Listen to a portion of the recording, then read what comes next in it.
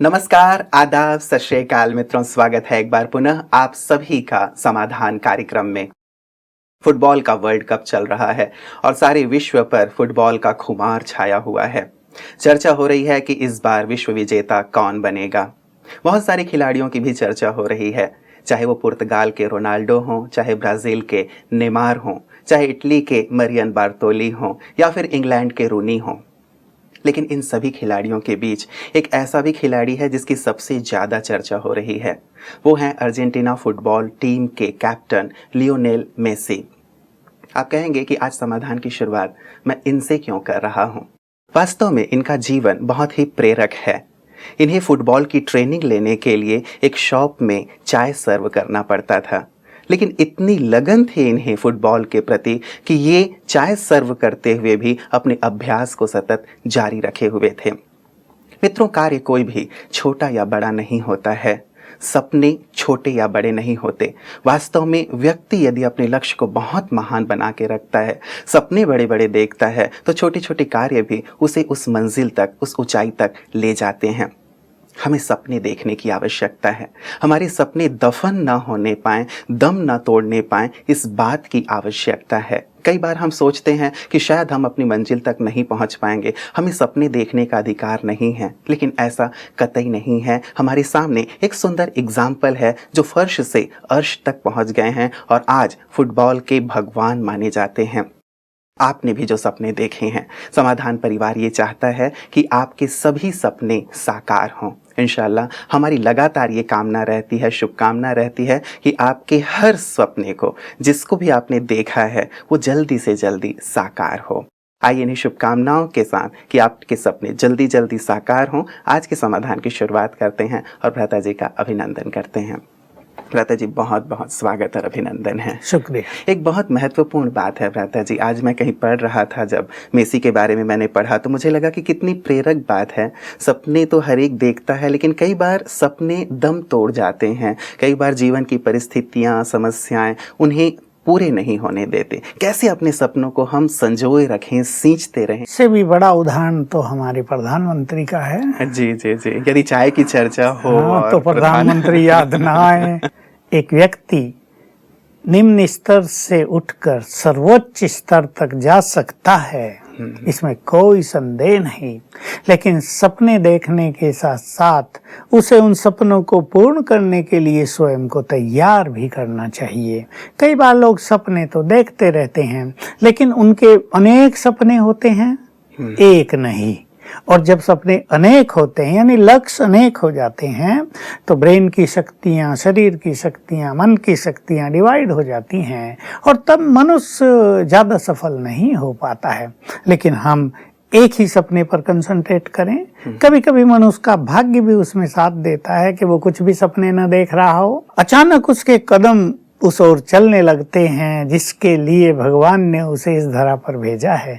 आखिर गॉडली भी प्लानिंग तो कुछ होती है इस संसार में।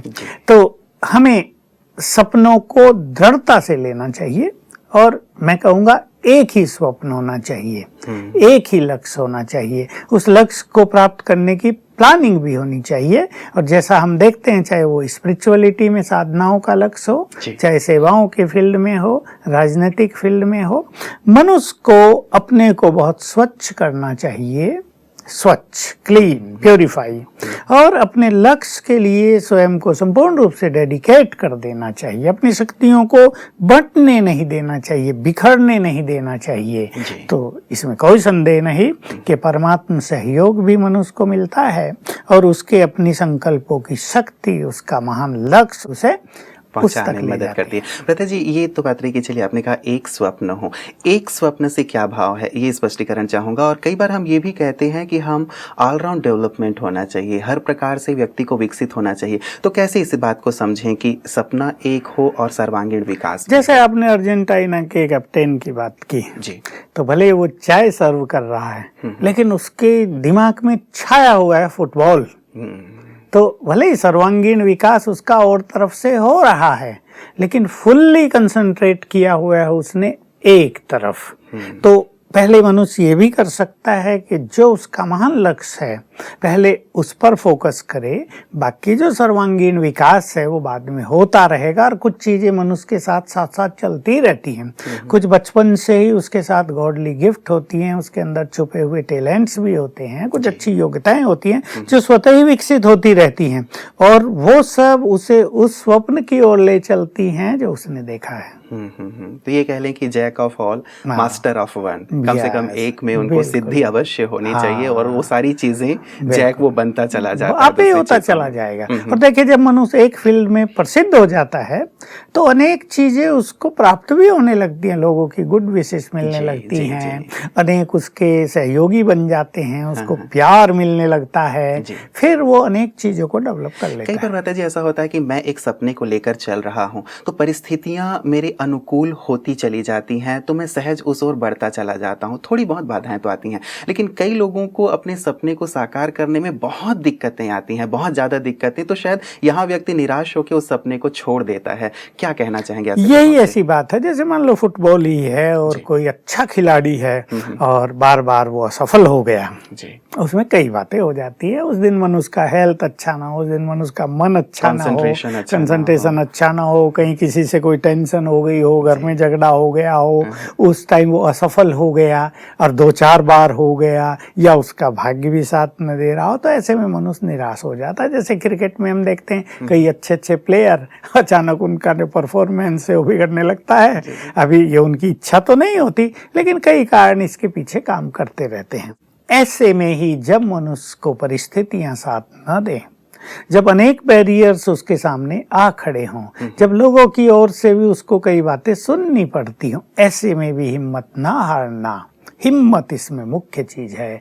और अपनी उस प्रैक्टिस को जारी रखना और ये फेथ रखना कि आज हार हुई है कल जीत होगी, आज असफलता हुई है कल सफलता होगी, इस असफलता के पर्दे के पीछे कहीं ना कहीं सफलता छुपी हुई है। या मैं अपनी असफलता के कारणों को ढूंढ लूं कि मेरी मानसिक स्थिति बिगड़ी हुई थी, या मैं बहुत थका हुआ था तब मैं सफल नहीं हुआ। कई खिलाड़ी सारी रात जागते रहते हैं, अगले दिन पहुंचते हैं मैदान में तो शरीर तो थका हुआ होता है, मानसिक रूप से भी वो कमजोर हो जाते हैं। इसलिए मनुष्य को समझ लेना चाहिए कि रात को एक प्रॉपर साउंड स्लीप हो जाए, मन को भी सवेरे फ्रेश कर लें, एनर्जेटिक कर लें, कुछ भगवान का भी ध्यान कर लें, तो इस तरह जब मनुष्य चलेगा तो ये हार उसके लिए हार नहीं होंगी, उसके गले में विजय का हार डालने वाली हो जाएंगी। बिल्कुल बिल्कुल। तो महत्वपूर्ण बात यह है कि सपने को सींचते रहा जाए, निरंतर प्रयास करते रहा जाए, परिश्रम करते रहा जाए, हार ना स्वीकार किया जाए, तो निश्चित रूप से उस शिखर पर हार माने ही नहीं, कुछ भी हो जाए हार नहीं माने, अपनी बनाई जा सकती है कि हम हारेंगे नहीं, अंत तक लड़ते रहेंगे। राधा जी, पहले मैं क्रिकेट का बड़ा शौकीन था, अभी भी हूँ, लेकिन जब भारतीय टीम को देखा करता था मैं कि वो बहुत जल्दी हथियार डाल देते हैं। देखा कि किसी ने बहुत बड़ा स्कोर बना दिया और ये सब 100 के अंदर सब निपट के वापस आ गए, तो ये हथियार डाल देने की जो नेचर थी वो देख करके मुझे लगता था कि नहीं, तो वो थोड़ी अरुचि सी हो गई। लगता है कि हम संघर्ष करें, साइकोलॉजिकली बहुत नीचे आ जाते हैं, पहले घबराहट हो जाती है कि 450 बना दिए उन्होंने तो वनडे में, अरे होगा नहीं अब तो ये। तो पहले जो मानसिक रूप से वो नर्वस हो जाते हैं, उससे वो बहुत जल्दी आउट होते हैं सब। लेकिन अगर मनुष्य खेल को एंजॉय करेगा, कुछ भी होगा, ठीक है 450 नहीं 400 बनाएंगे, कम से कम संघर्ष तो करो, लड़ो तो सही कि हाँ भाई हम हथियार नहीं डालेंगे, हम भी कोशिश करेंगे, तो अच्छा लगता है। जीवन भी एक ऐसा ही सुंदर खेल है और इस खेल में भी इन्हीं चीजों की आवश्यकता है। जैसे कई खिलाड़ी उसमें असफल हो जाते हैं, कई खिलाड़ी जीवन के खेल में भी असफल होते दिखते हैं, लेकिन ये जीवन का खेल बहुत सुंदर है और अप्स एंड डाउन्स, हार एंड जीत, ये सब इसमें होती रहेगी। लेकिन बस हार नहीं माननी है, अपने मन को निर्बल नहीं करना है, मन को निराशा और उदासी से भरना नहीं है, तो इस खेल में विजय ही विजय। बिल्कुल भ्राता जी, खेल की चूंकि बात चल रही है, हमारे पास 2-3 ऐसे मेल्स आए हुए थे, मैं आपके सामने रखना चाहूँगा। ये हमारे पास मोहम्मद नदीम जी ने भेजा है अलीगढ़ से, और ये कहते हैं कि मैं क्रिकेटर बनना चाहता हूँ, भारतीय क्रिकेट टीम में जगह बनाना चाहता हूँ, क्या ये संभव हो पाएगा? इसके लिए मुझे क्या करना चाहिए? क्रिकेट का क्रेज वैसे भी हमारे देश में बहुत है, बच्चा बच्चा खेलता है नहीं यहाँ। ठीक है, इसने अच्छे स्वप्न देखे हैं जी, और जी। हम सब की दुआएं इसके साथ हैं। निश्चित रूप से एक अच्छा खिलाड़ी ऐसे स्वप्न देखता है कि वो इंडिया टीम में आ जाए, ये बहुत अच्छा लक्ष्य है। जी। बस यही है कि जहाँ ये अब खेल रहे हैं, चाहे डिस्ट्रिक्ट लेवल पर चाहे स्टेट लेवल पर, जो बहुत सारे खेल होते हैं, बहुत सारे कप खेले जाते हैं, उनमें ये बहुत अच्छा परफॉर्मेंस करें। और इसके लिए ये जरूरी है। मुझे एक उदाहरण याद आ गया, महेंद्र सिंह धोनी को कोई नहीं जानता था, अचानक उसको विकेट कीपर बनाया गया। हम लोग भी देखा करते थे, मैंने कहा ये कहाँ से आ गया भाई, और विकेट कीपर इतना सफल के तुरंत उसको कैप्टन बना दिया और उसकी सफलताएं आसमान छूने लगी। 2020 जो world cup, first world cup था, वो जीत के भी फिर वनडे का वो भी जीत लिया। तो देखिए भाग्य भी साथ देता है, लेकिन अपना परफॉर्मेंस सुंदर रखना चाहिए। इसके लिए इनको यही करना पड़ेगा, मानसिक रूप से हेल्दी, किसी बुरे संग में नहीं जाना, बुरी आदतों के शिकार नहीं, बड़ा अपना दिखाने लगते हम भी कुछ हैं, उन्हें पता नहीं है उनमें गिरावट आएगी जी, बहुत ज्यादा गिरावट है, क्योंकि लोगों की बद्दुआएं उनका पीछा करने लगेंगी। इसलिए अगर चरित्र भी बहुत अच्छा हो, किसी खिलाड़ी का चरित्र भी अच्छा हो, मानसिक रूप से भी वो बहुत हेल्दी हो और अपनी प्रैक्टिस भी बहुत अच्छी जारी रखे, तो ऐसी कोई बात नहीं कि वो चरम लक्ष्य पर न पहुंचे। मैं इनको कहूँगा कि सवेरे उठकर ये 7 बार रोज याद किया करें,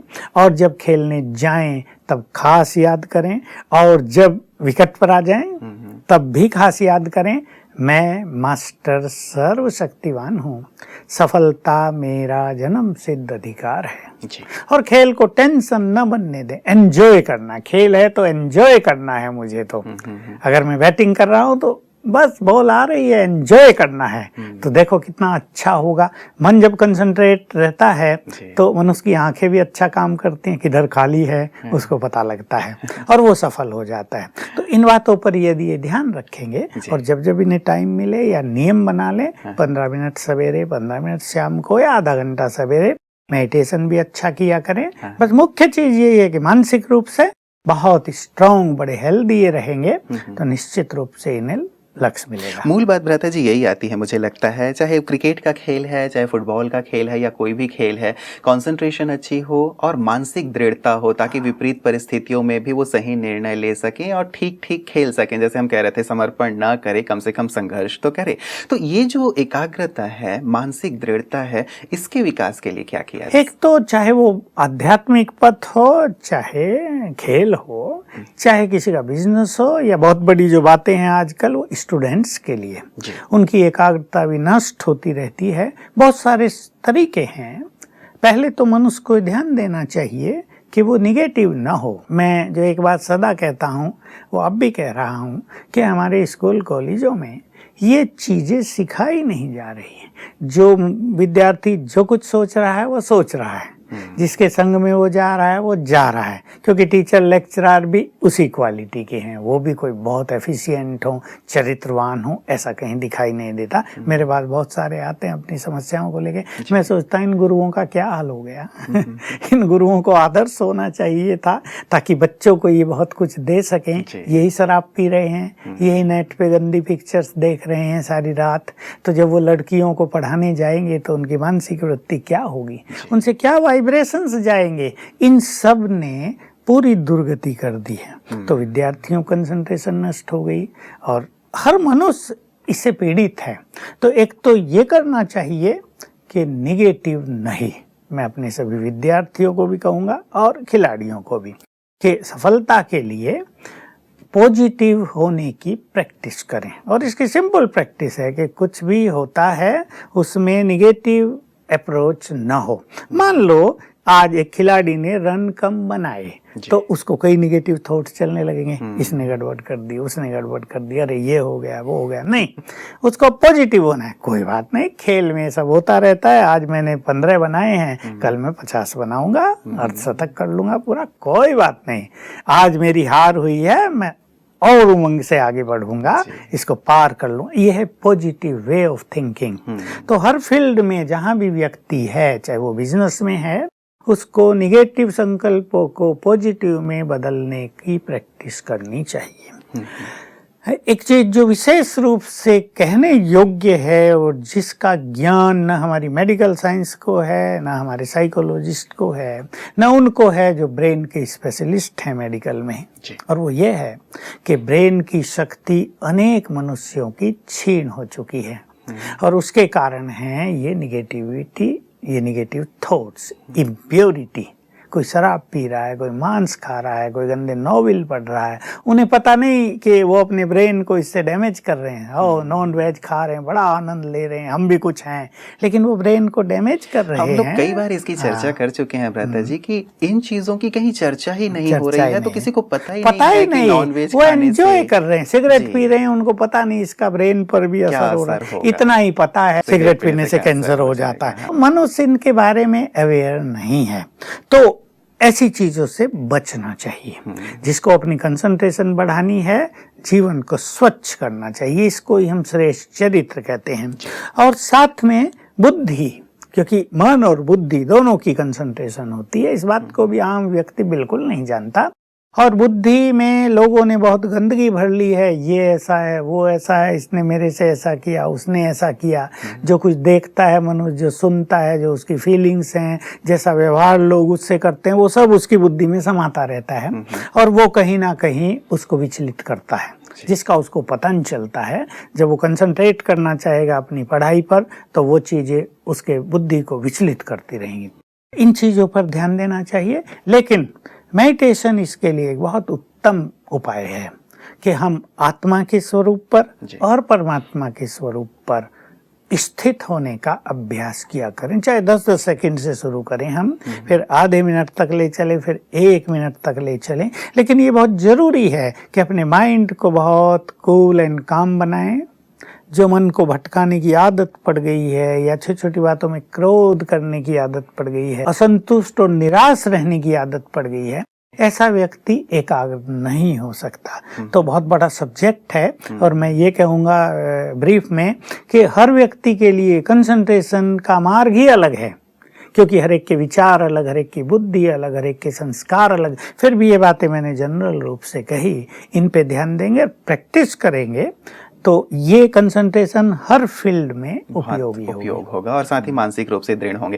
मैंने सुना था भ्राता जी कि कुछ समय पहले यहाँ माउंट आबू में ब्रह्मा कुमारीज के केंद्र पे भारतीय महिला क्रिकेट टीम आई हुई थी। उनमें अभी जो प्रेजेंट में भारतीय महिला टीम की कैप्टन है मिताली राज जी, उनका भी आना हुआ था, और संभवतः अंजुम चोपड़ा जी आई थी, झोलन गोस्वामी जी आई थी, तो इन सबका आना हुआ था। और मैंने सुना कि जब उन्होंने राज्यों का अभ्यास किया तो खेल पे काफ़ी अच्छा प्रभाव रहा। तो क्या ब्रह्मा कुमारीज इस प्रकार से राज्यों का अभ्यास अलग अलग जो ट्रेनिंग स्कूल्स हैं, जो खिलाड़ियों के हैं, वहां पे भी जाकर नहीं, वहां तो नहीं, पर बहुत सारी टीम हमारे पास आती रहती है। मुझे ख्याल है कुछ दिन पहले ही, शायद 1-1.25 साल हुआ होगा, ये टीम हमारे पास आई थी, और बहुत उन्होंने एंजॉय किया था। उन्हें ये महसूस हुआ था कि सचमुच अगर इस तरह की प्रैक्टिस हम करें तो हमारा खेलने का जो फील्ड है वो बहुत ही एफिशिएंट हो सकता है, बहुत उसमें हम सफल होंगे और उसको हम एंजॉय करेंगे। यहाँ पर ज्ञान सरोवर में ऊपर माउंट आबू पर स्पोर्ट्स विंग ही है, और हर साल उसके 2 प्रोग्राम होते हैं,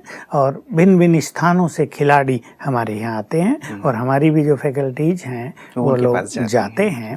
लेकिन अभी जो उनके ट्रेनिंग स्कूल्स हैं उनमें ऐसे प्रोग्राम शायद नहीं हो रहे, पर ये बहुत अच्छा हो अगर उनमें भी प्रोग्राम हो, और लोगों को ये चीजें सिखाई जाएं कि तुम अच्छा सोचो, अच्छा बिहेवियर रखो, आपकी टीम के बीच में एक म्यूचुअल लव इतना अच्छा हो, जैसे एक परिवार और सुखद परिवार जिसमें एंजॉयमेंट है, सब एक दूसरे को देख के खुश हैं, सब एक दूसरे को अप्रिशिएट करने वाले हैं। गुटबाजी हाँ, ना होने वो नहीं तो हाँ, तो अगर 15 लोग हैं तो उनमें भी गुटबाजी बन जाती है। इसको हराना है, इसको पीछे करना, तो अपनी टीम अपनों को हरा डालती है। तो ऐसा अगर हो तो सचमुच उन लोगों को भी इसके लिए प्रयास करना चाहिए।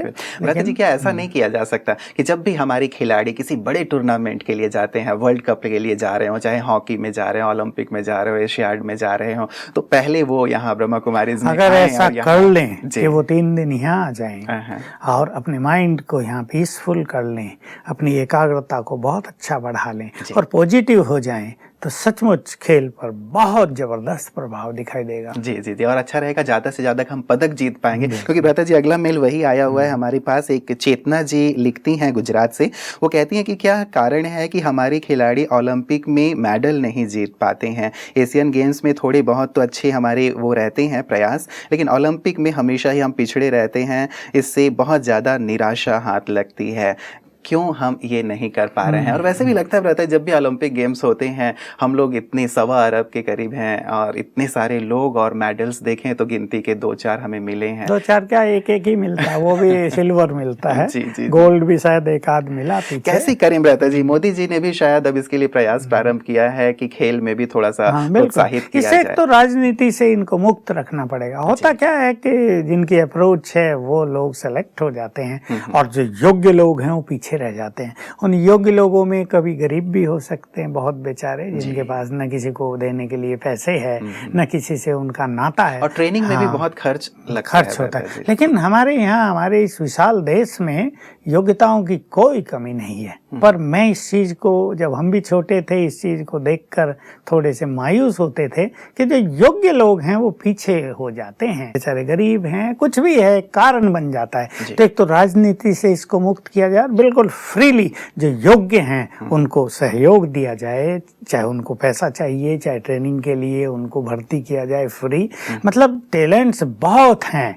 यहाँ से अगर हमारी सरकार शुरू करे तो ऐसा कुछ नहीं कि ओलंपिक में 5-10 गोल्ड मेडल लेकर नहीं आएंगे। भारत खुद ही गोल्ड मेडल लेने वाला है तो खेलों में क्यों नहीं लेगा। बिल्कुल, और वो दिन आएगा तो कितना अच्छा लगेगा भ्राता जी। क्या भ्राता जी राजयोग भी इसमें बहुत अच्छी भूमिका अदा कर सकता है कि खिलाड़ियों को यदि राजयोग सिखाया जाए जिससे उनकी एकाग्रता बढ़ जाए तो शायद मेडल्स की संख्या बढ़ जाएगी। हमारे जहाँ तहाँ सेवा केंद्र हैं, यहाँ आने की भी आवश्यकता नहीं। और जहाँ जहाँ भी ऐसे लोग हैं योग्य या उनकी टीम है, हमारे सेवा केंद्रों पर भी बहुत वेल एजुकेटेड और अनेक जगह कई खिलाड़ी भी वहाँ उपस्थित हैं जो इस तरह के अभ्यास करते हैं। उनकी मदद से भी इनको राजयोग सिखाया जाए और थोड़ा थोड़ा करने से ही काफी अच्छी सफलता देखने में आएगी। भ्राता जी एक मेल आया है शैज शर्मा का। ये कहते हैं कि मेरी उम्र 17 साल की है और मैं बॉक्सर बनना चाहता हूँ और देश का प्रतिनिधित्व करना चाहता हूँ, लेकिन मेरी समस्या ये है कि मेरी हाइट कम है, 5.3 फीट के हैं ये थोड़ी सी अपनी हाइट कम से कम 6 फीट बढ़ाना चाहते हैं।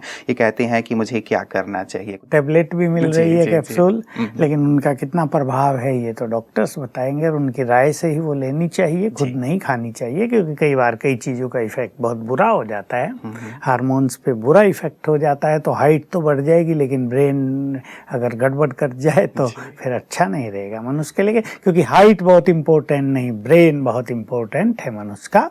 लेकिन फिर भी ये अपने मन में एक विजन बनाए। आयु इनकी अभी 17 साल है, 17 साल है। हाँ, तो ये क्या करें, अपने सामने दीवार पर एक कागज पे चित्र बना दें अपना और उसमें ये अपनी हाइट बिल्कुल लिख दें। मेरी हाइट 6 फुट तो अभी नहीं, इतना ज्यादा तो इन्हें नहीं सोचना चाहिए, थोड़ा बढ़ाना 5 फुट 8 इंच है या 5 फुट 9 इंच है। ये रोज उसे सवेरे उठते ही देखें और ये लक्ष्य रखें कि अगले 5-6 साल में मेरी हाइट ये हो जाएगी। बिल्कुल सबकॉन्शियस माइंड में उसे उतार दें सोने से पहले और उठते ही। न केवल देखें लेकिन अपने सबकॉन्शियस माइंड में 5 बार ये संकल्प भी करें कि अगले 5-6 साल में मेरी लंबाई 5 फुट 9 इंच हो जाएगी, बिल्कुल कॉन्फिडेंटली। तो सबकॉन्शियस माइंड इसे रिसीव कर लेगा और subconscious mind is most powerful, तो वो इस चीज में कार्य करने लगेगा।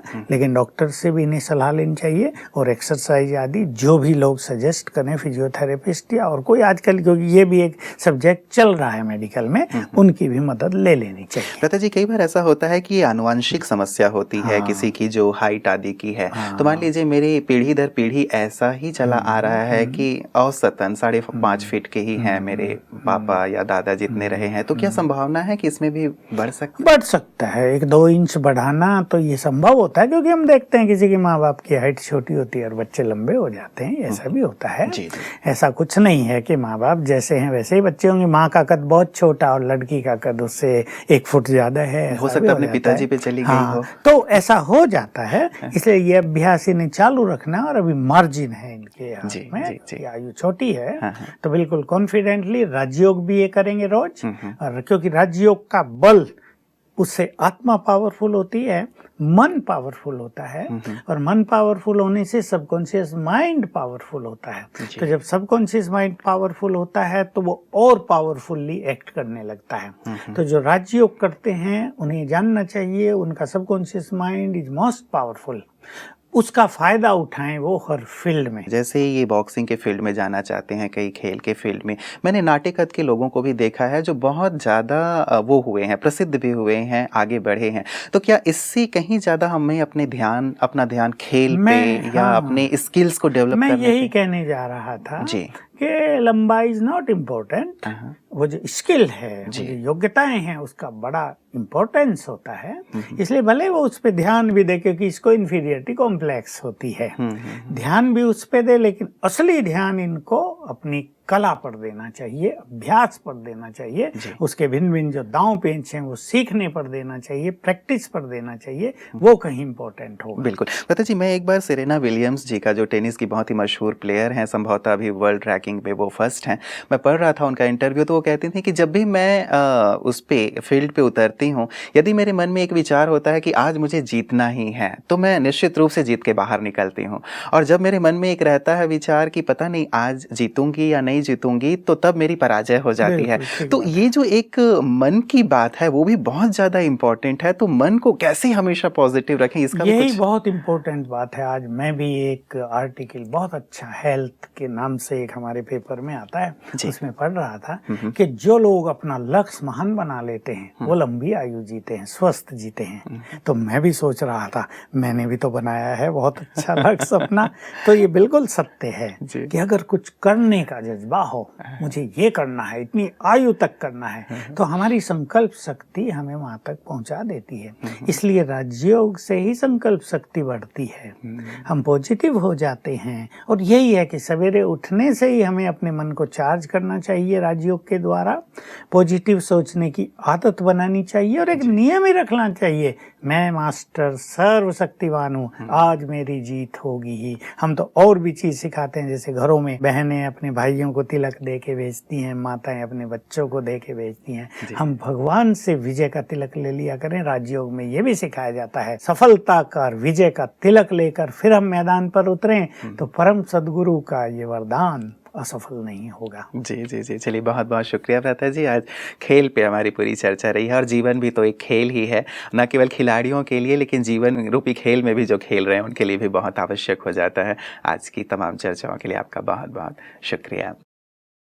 मित्रों, बहुत सुंदर चर्चा आज हमारी रही है। वास्तव में जो सफल होता है, उसकी सफलता के पीछे उसके सपने बहुत ज़्यादा कार्य करते हैं, उसके जीवन का लक्ष्य बहुत ज़्यादा कार्य करता है। वो लक्ष्य जैसे उसे खींच रहा होता है, उसके सपने जैसे उसे खींच रहे होते हैं कि आओ, और सचमुच उसकी आंतरिक शक्तियाँ इसे बहुत ज़्यादा विकसित होती हैं। आवश्यकता उसी बात की है जहाँ से मैंने शुरुआत की थी, अपने सपनों को हमें दफन नहीं होने देना है, सपनों को सींचते रहना है, लगातार परिश्रम करते रहना है, अपने आप को पॉजिटिव बना करके रखना है, और सबसे महत्वपूर्ण बात, खुद पर और खुदा पर विश्वास बनाए रखना है। तो निश्चित रूप से आप सफल होंगे, आपके सपने साकार होंगे। तो आपके सपने साकार हों, इन्हीं शुभकामनाओं के साथ नमस्कार।